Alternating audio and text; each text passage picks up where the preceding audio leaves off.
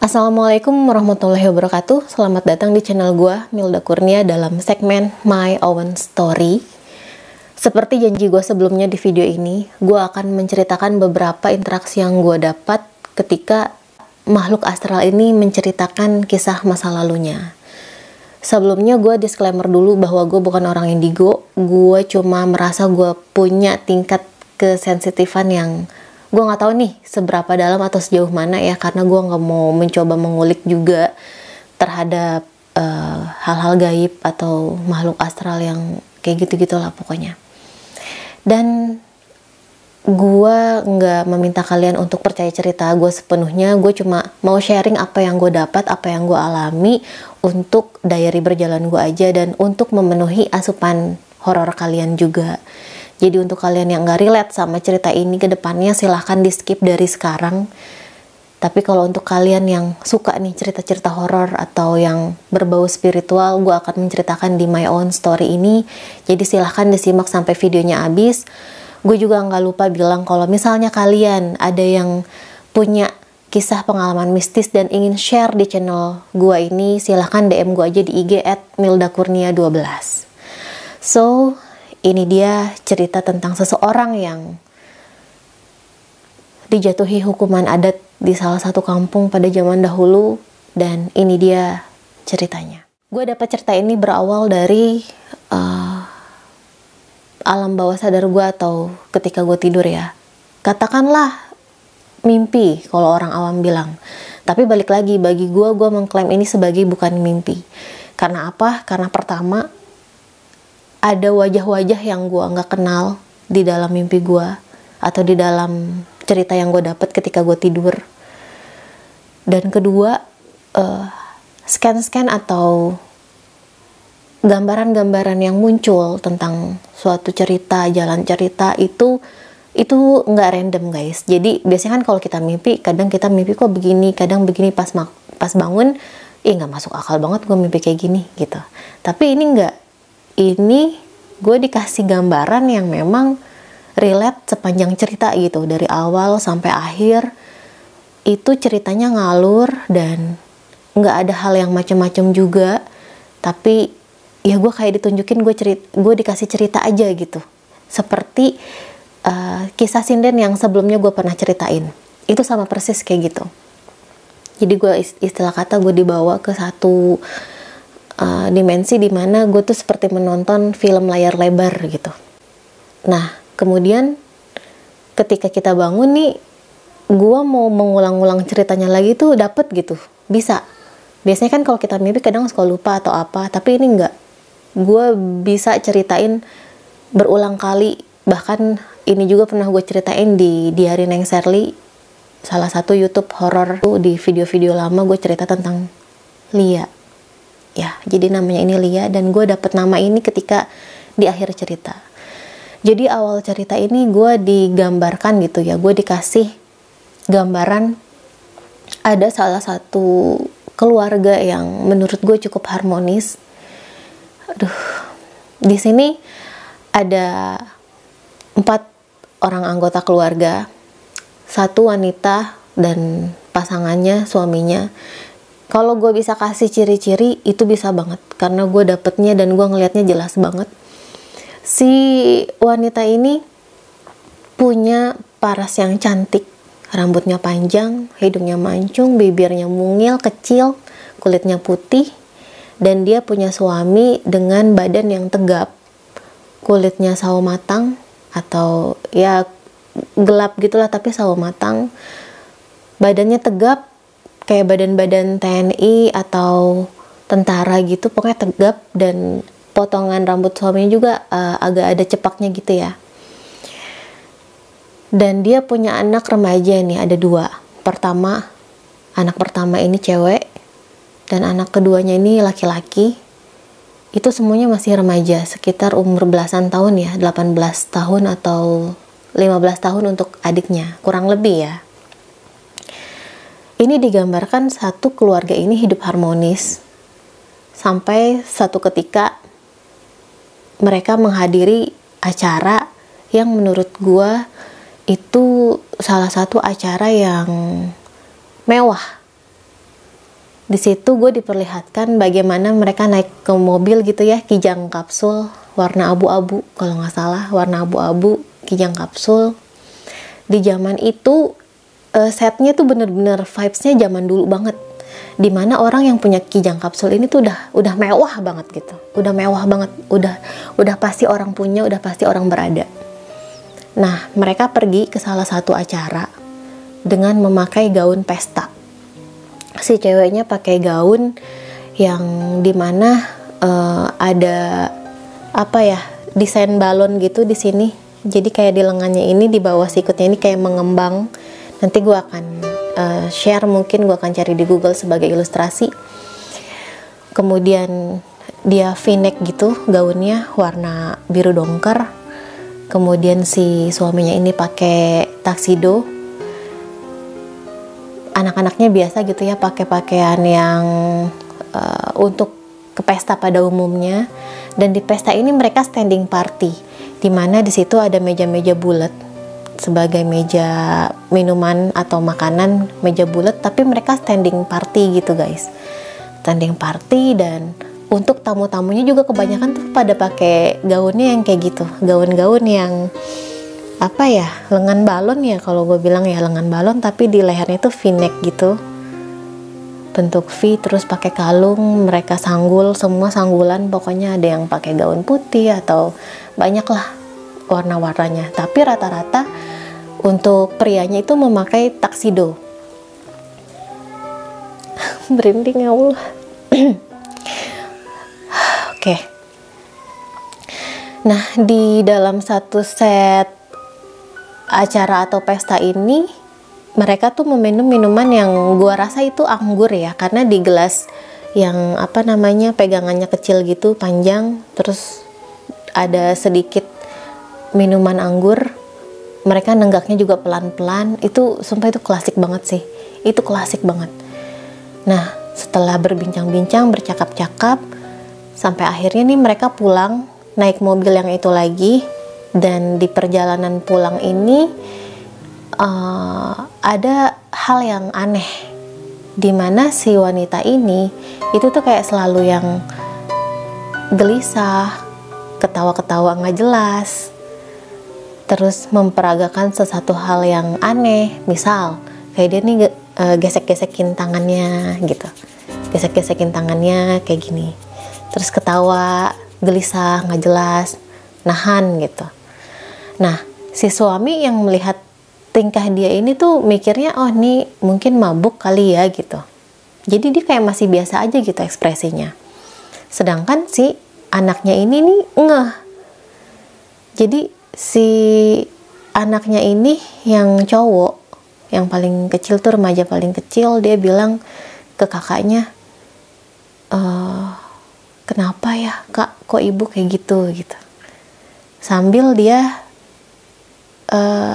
nangis gitu. Kayaknya ini ada satu hal yang memang aneh di ibunya, dan dia merasa dia sedih, terus dia nangis. Sampai akhirnya nih si kata-kata kakaknya ini muncul nih. Jadi gue kayak beneran nonton film gitu. Si kakaknya ini ada ngomong gini, udah diem, sembunyiin tangisan kamu, katanya gitu. Jadi si cowoknya ini, si adiknya yang paling kecil, yang remaja, dia nangis kayak nutupin apa namanya, tangisannya gitu, kayak gini nih. Padahal dia cuma nutupin air mata, untuk ngapus air mata dia pakai bahunya dia sendiri. Nah, itu sampai perjalanan pulang selalu kayak gitu tuh. Ternyata ya mereka berdua ini tahu bahwa si ibunya ini seperti sakau gitu. Sakau. Ketika sampai rumah, mereka ya prihatin aja gitu ngeliat ibunya, prihatin. Tapi balik lagi suaminya ini nggak tahu. Jadi suaminya kayak masih yang menduga-duga ini istri saya kenapa atau apa segala macam.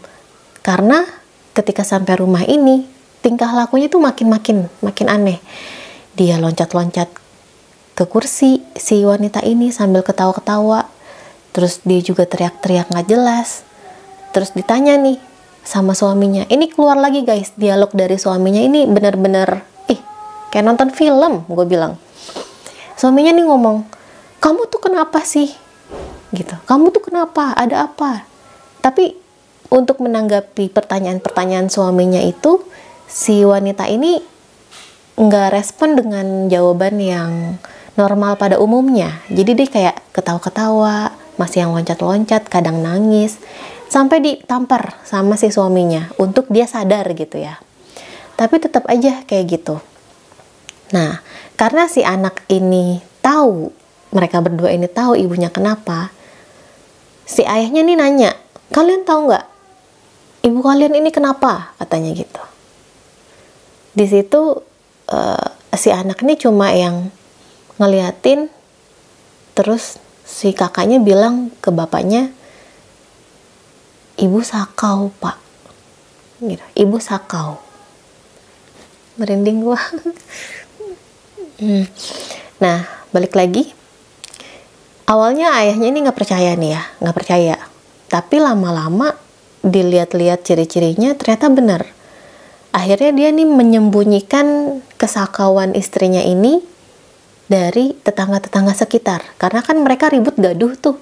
Sampai akhirnya ada tetangga yang nanya, kenapa pak, ada apa, kok berisik-berisik, ribut apa gimana gitu. Jadi kayak tetangga ini merasa terusik terhadap keberisikan mereka yang teriak-teriak lah, istrinya nggak jelas apa.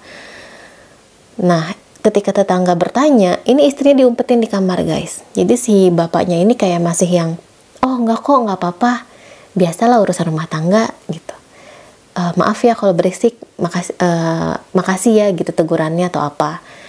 Ya sudah, si tetangga ini balik lagi. Tapi kan masih nih kayak meraung-raung si istrinya segala macam karena dia tidak mendapatkan apa yang dia mau. Sampai ketika si tetangga tadi nih kayak masih merasa terusik dan dia lapor ke Pak RT. Untuk set rumahnya itu juga benar-benar jelas ditampilin. Jadi dia punya rumah yang luas.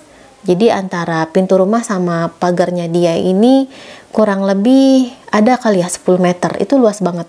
Tapi tidak tingkat ya guys. Nah, di sekitaran rumah mereka yang luas itu,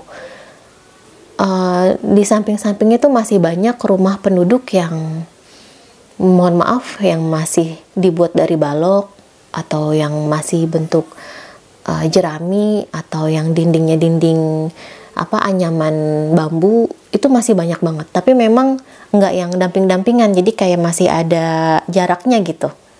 Rumahnya jarang-jarang tapi mereka berdekatan, jarang-jarang jaraknya. Nah, karena udah banyak aduan warga ke Pak RT, akhirnya nih warga ini berbondong-bondong mendatangi si rumah tersebut, yang mana mau tidak mau itu akhirnya ketahuan sama warga, dan ternyata juga warga tahu bahwa si istrinya ini sedang sakau menggunakan salah satu jenis narkotika mungkin ya. Kalau gue pribadi, gue nggak ngerti efek-efek dari jenis-jenis narkotika itu seperti apa. Kalau kalian paham, mungkin kalian bisa komen di kolom komentar gue, karena gue juga sampai sekarang masih mencari sebenarnya itu jenis obat apa gitu yang digunakan. Tapi kalau misalnya untuk kayak jenis model baju mereka ketika mereka pesta, itu gue udah dapet, itu ngetrend di tahun 90-an. Oke, balik lagi ke cerita. Warga udah tahu, akhirnya si istrinya ini dipasung, dan mereka nih kesel gitu ya, kok bisa di desa ini ada yang memakai narkotika atau benda terlarang, yang entah bagaimana bagi warga di sana hal tersebut tuh benar-benar suatu aib yang nggak boleh ada gitu, benar-benar nggak boleh ada. Jadi si istrinya dipasung kurang lebih selama 2 hari dan itu nggak ada solusinya sama sekali, dan si suaminya juga nggak bisa gimana gitu ya, dia nggak bisa cari solusi, dia cuma bisa pasrah, nggak bisa bertindak gitu. Padahal tuh badannya tegap gitu kan, terus gagah. Yang gue nilai sebenarnya mereka ini adalah keluarga bangsawan pada saat itu. Tapi nggak bisa apa-apa menghadapi warga-warga desa dan menghadapi amukan warga yang marah. Nah, 2 hari kemudian, karena si wanita ini terus meraung-raung dan akhirnya warga desa merasa ini bukan satu hal yang baik, akhirnya mereka nih kurang lebih 50 orang membawa obor yang masih nyala api gitu ya, obor dari bambu mereka bawa. Ini gue nggak paham konsepnya gimana gitu. Jadi ya udah gue cuma bisa nontonin aja sambil mikir ini apa ya, ini kenapa ya gitu. Ini apa sih yang gue dapet? Itu banyak guys, pertanyaan di dalam kepala gue tuh banyak. Tapi ya balik lagi, gue masih yang nontonin, masih yang merhatiin ini tuh ceritanya akan kemana. Ternyata si obor ini yang masih menyala-nyala api itu sama warga satu persatu dilemparin ke gubuk tempat istrinya dipasung. Jadi dilemparin sambil diteriak-teriakin. Nah, mau gak mau kan itu kebakar. Dan si istrinya juga ini kan dipasung pakai pasungan kayu itu. Pasung kayu, bukan yang rantai besi atau apa tuh, pasung kayu gitu, kakinya dipasung kayu, tangannya dipasung kayu.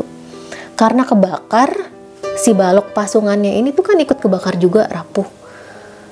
Ini, aduh, ini yang adegan paling gue nggak bisa ini sih, paling bikin takut gitu ya, menurut gue sih horor sih.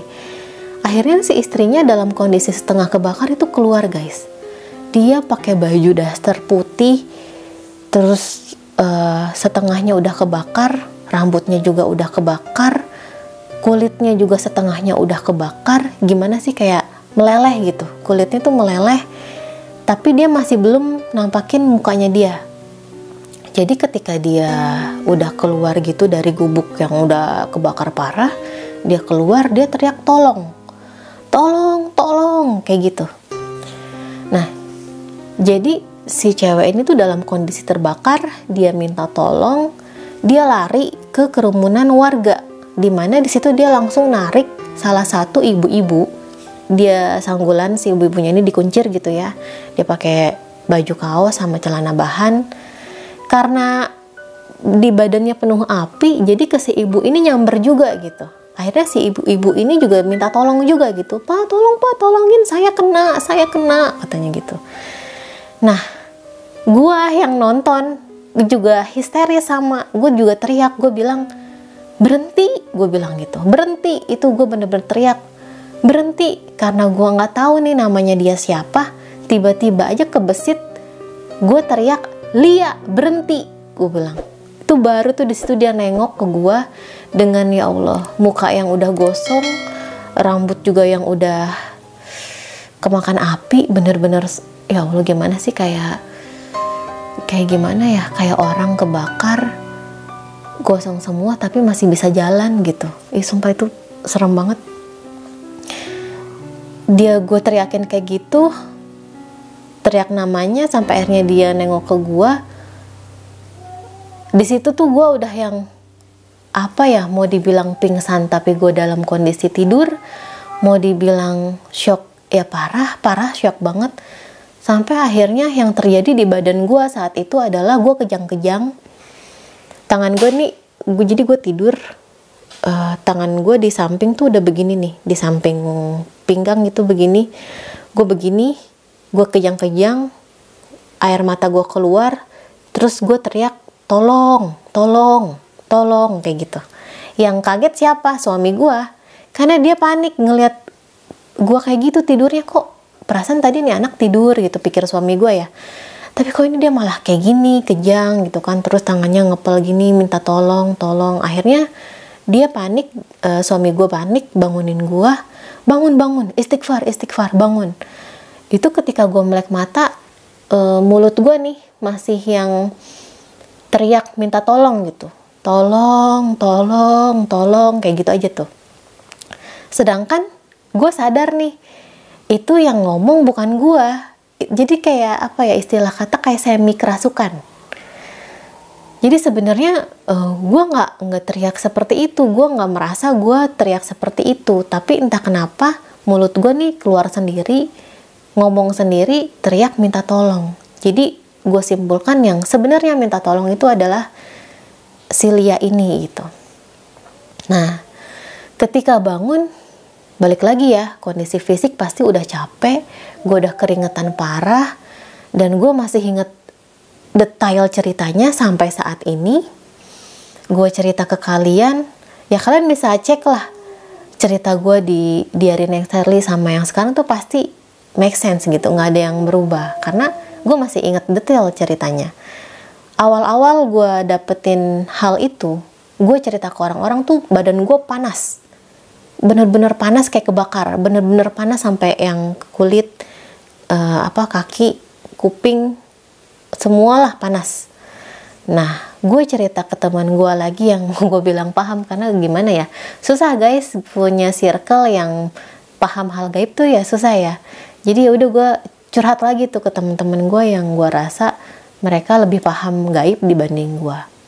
Dan uniknya adalah ya balik lagi mereka tahu gitu. Udah Mil, nggak apa-apa, cerita aja, jangan setengah-setengah. Karena waktu itu gue masih ceritain setengah cerita, tapi badan gue udah panas nih.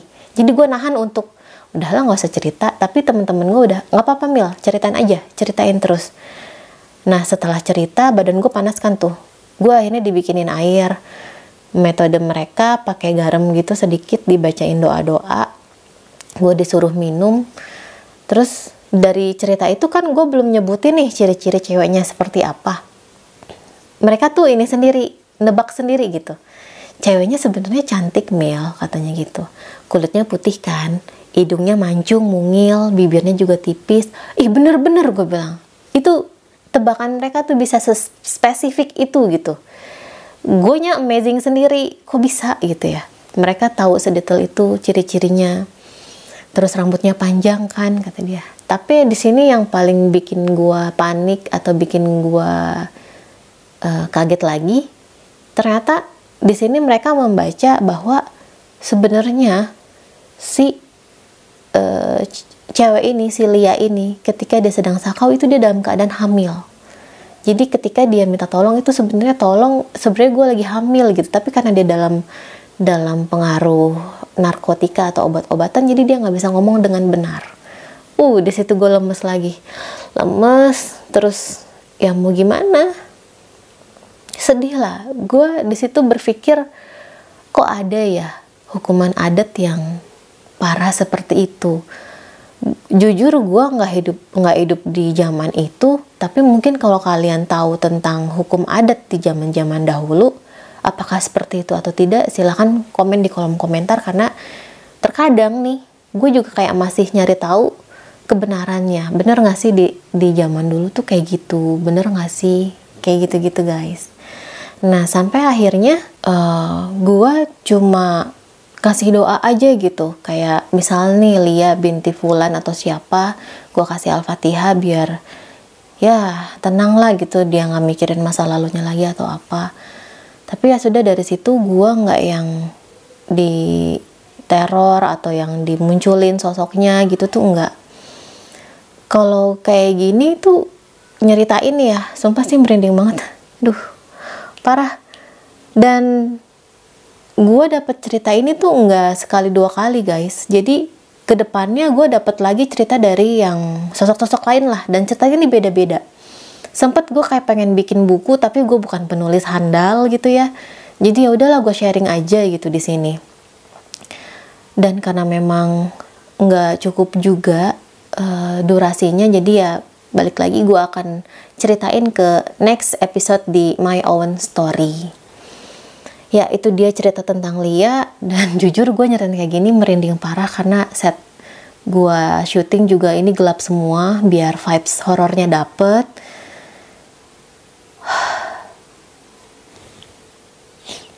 Itulah yang gue dapet, yang bisa gue share ke kalian ya. Selebihnya kalau misalnya ada kata-kata yang kurang atau menyinggung atau salah atau bagaimana, gue mohon maaf. Balik lagi, gue nggak menuntut kalian untuk percaya cerita gue hanya share apa yang gue dapet, apa yang gue hadapi di masa-masa itu tentang horor gitu ya. Jadi gue harap kalian bisa menikmati cerita gue aja untuk asupan horor kalian. Nah mungkin sampai sini aja, kurang lebihnya mohon maaf. Gue Milda pamit undur diri. Wassalamualaikum warahmatullahi wabarakatuh.